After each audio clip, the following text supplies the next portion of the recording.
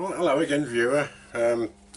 All's getting well now, so I'm going to carry on with the goblet. I've just got a dressing on the hand now.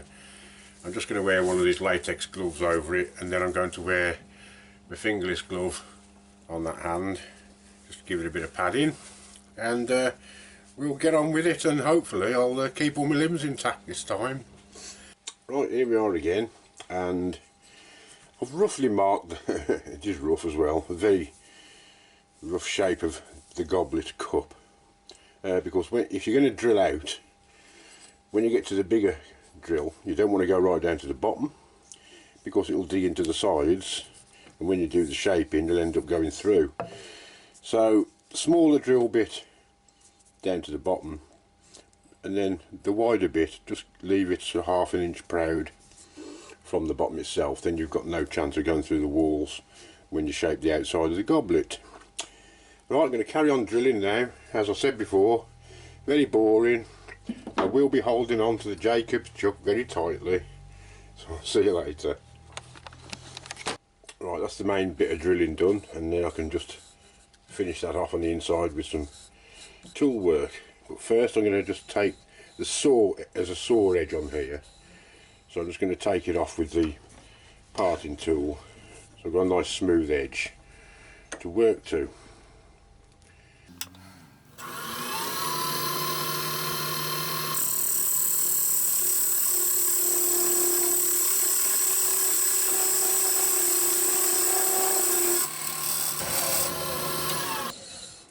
That's better. Right, now I'll start smoothing out the inside, taking a bit more wood out, and see how it goes.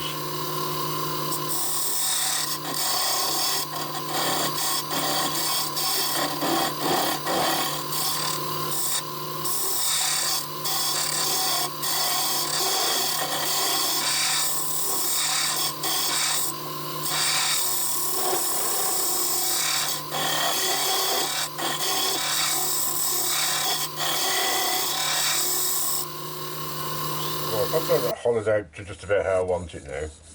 Quite happy with that shape. So I'm just going to sand this now in the inside, right down to as smooth as I want it. Probably using up to 240 grit and then a touch of the old Yorkshire grit, I think. So I want to get this inside as finished as possible. Well, I've still got plenty of meat down here. Otherwise, if you start trying to sand the inside of a goblet when you've already turned the stem down, it's going to start wobbling all over the place. So I'm just going to carry on sanding now.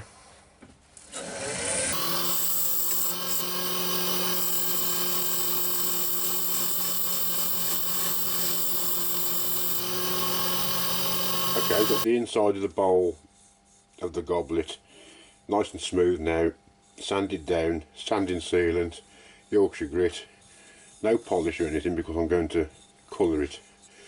Now a little tip, it might come in useful for somebody that's never done a goblet before. Anybody that's done one, they won't bother. But if you want to do a goblet and you've been a bit wary of trying one, if you make yourself a little template, and you had a cardboard, of roughly the inside of what you want your goblet to look like, and that fits in there.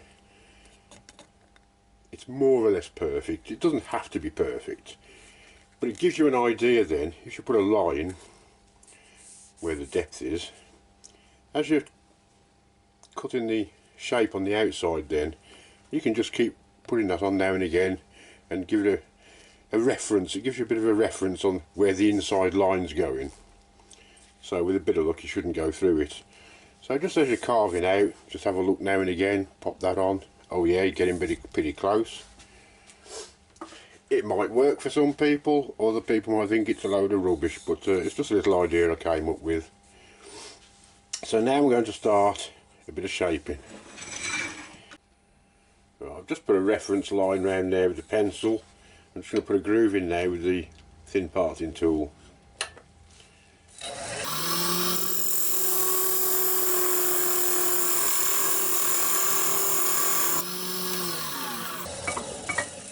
Now I've got a good idea how I want to go. So I'll carry on.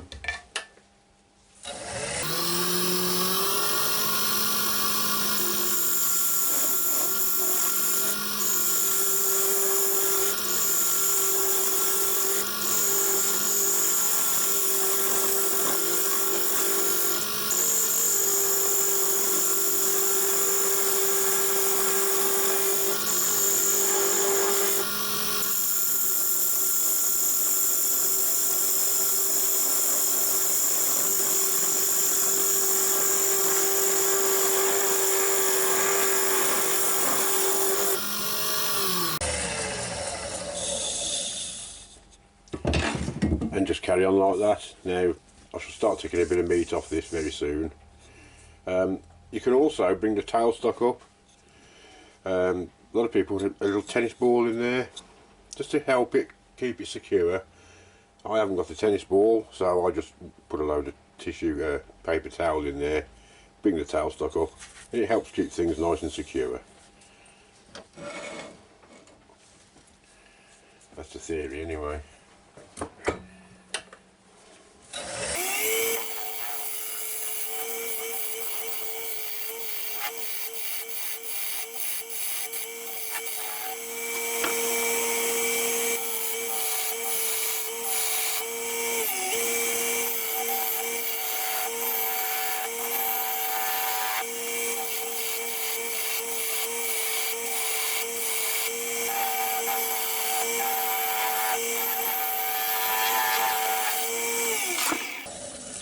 Now you can see the bowl starting to take shape, and just carry on doing that however you want to do it. I tend to, like I say, I like to leave this, just take it down a bit at a time rather than try and make a whole stem all at once.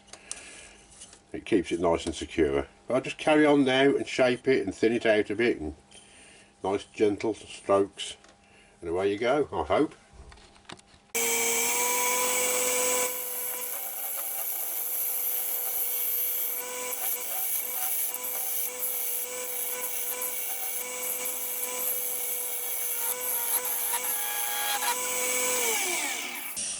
You can see there I was just trying to get a nice bit of a shape on this now. I didn't want a dead straight edge, I wanted to come in slightly at the top, and that's what I was doing there. And if I get my little template, I've still got plenty of meat to take off, see? So I can carry on without any fear of going through the side.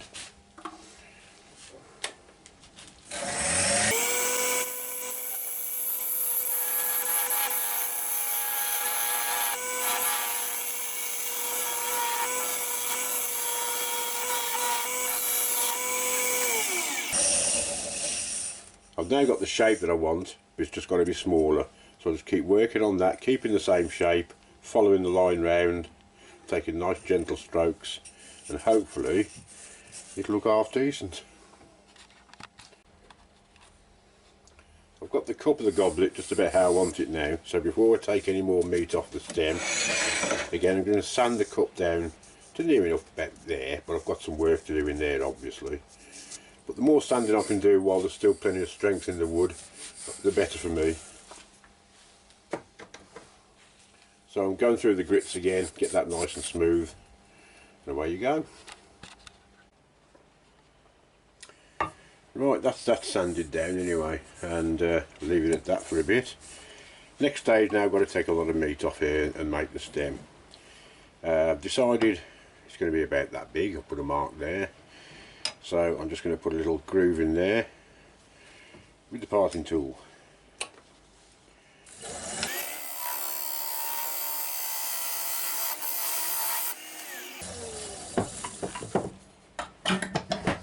That's roughly where I want to work to. So I'm going to take a lot of this off with, I think, the carbide cutter.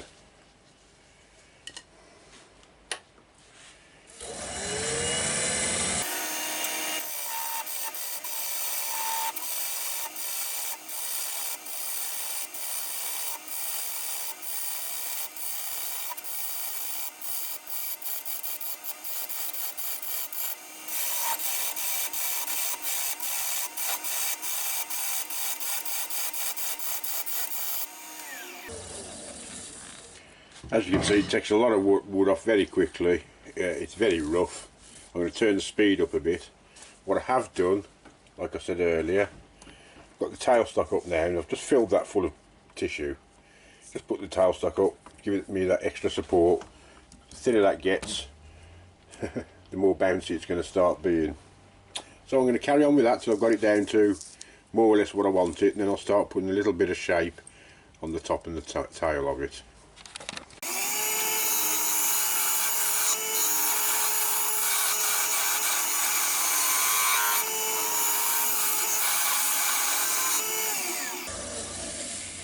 And get a much better finish with one of these anyway. Right, I shall carry on again. See you later.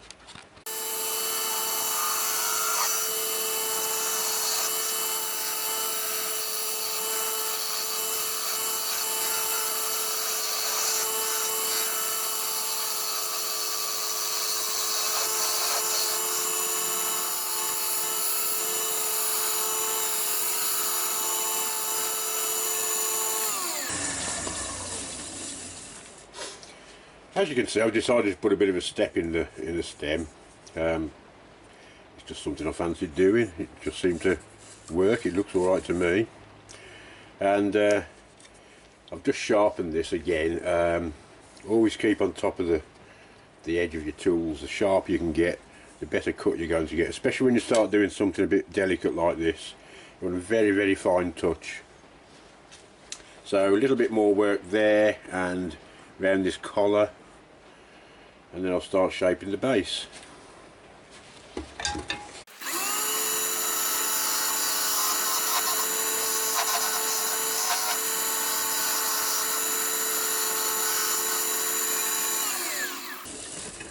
I've just gone over to a little spindle gouge now, my little detail gouge.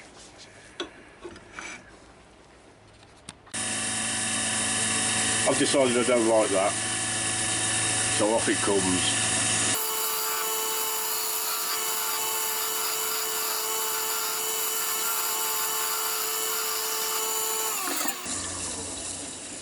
Yeah, it just didn't look right, so it's come off. Now then, a few fine finishing cuts. I'm leaving this stem slightly tapered, as you can see, a bit wider at the base. It's just how I wanted to do it. You do it whatever shape you want, put ridges in it or whatever, beads all over it if you want to. I just want to keep it pretty simple. A few finishing cuts along here, and then a little groove in there to where I know where to part off, and I'll start sanding it down. I'm just going to use the, if I can find it, that's it, my little spindle gouge again, just to try and get this a bit more detailed like that is there.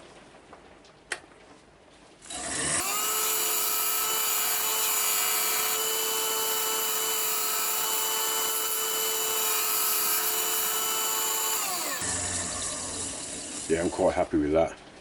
Now to say, very fine finishing cuts with my spindle gouge and then sand it down. I've got that sanded down to as best I can possibly do it, and I wanted a really smooth finish for the stain to go on. I'm going to use this little spray gun, my little airbrush. When you're colouring something, spraying and dust do not mix. So the first thing is to tidy up, get the hoover out, get rid of as much dust as I can, switch the extractor back on, and then I'll start putting a bit of colour on it. Yep, excellent. Put the lathe on the slowest speed, start spraying.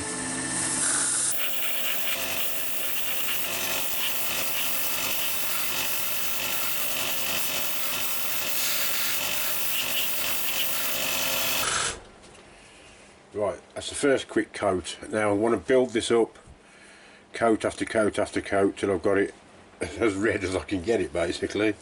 And then, rather than it being all red, I might just put a bit of black on the base and just sort of blend it up the stem very slightly. But the main part of it is this glorious red. So I'm just going to let each coat dry and see what the finish feels like, and if it needs a sanding down, or I'll just use a bit of 0000 wire wool and go over it very finely and keep building the coats up. That's 2 coats on there now, and it's coming along quite nicely, I think, especially with the different shades of the wood. It goes darker there and back to bright red there. I think it looks quite effective, but I'm going to carry on building it up even more. For those of you that haven't seen the airbrush compressor, that's all it is. Not very big, as you can see from my hand. You get it with 2 airbrushes, all the bits and pieces you need really, and they're not very expensive and they're good fun to play with. You can do a lot with these things, so if you're thinking of getting one, I recommend them.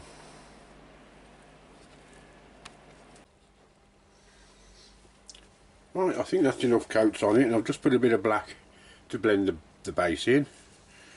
The next stage will be to lacquer it, but this has got to dry off thoroughly first, and then I'm going to give it a couple of coats of spray lacquer.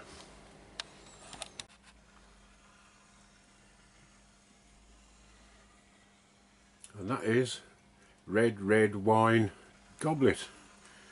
Very pleased with that, how it's come out. I'm glad I put the bit of black colouring on the base of it. There's a lovely shine. It's had 3 coats of lacquer on top of the spirit stains, and yeah, very pleased. Nice dark claret colour. Not that I like claret, but still. Hope you liked it, and it's quite fun to do, except for when you try and amputate your hand in the first place, but all is well now, and see you soon for the next one. Bye for now.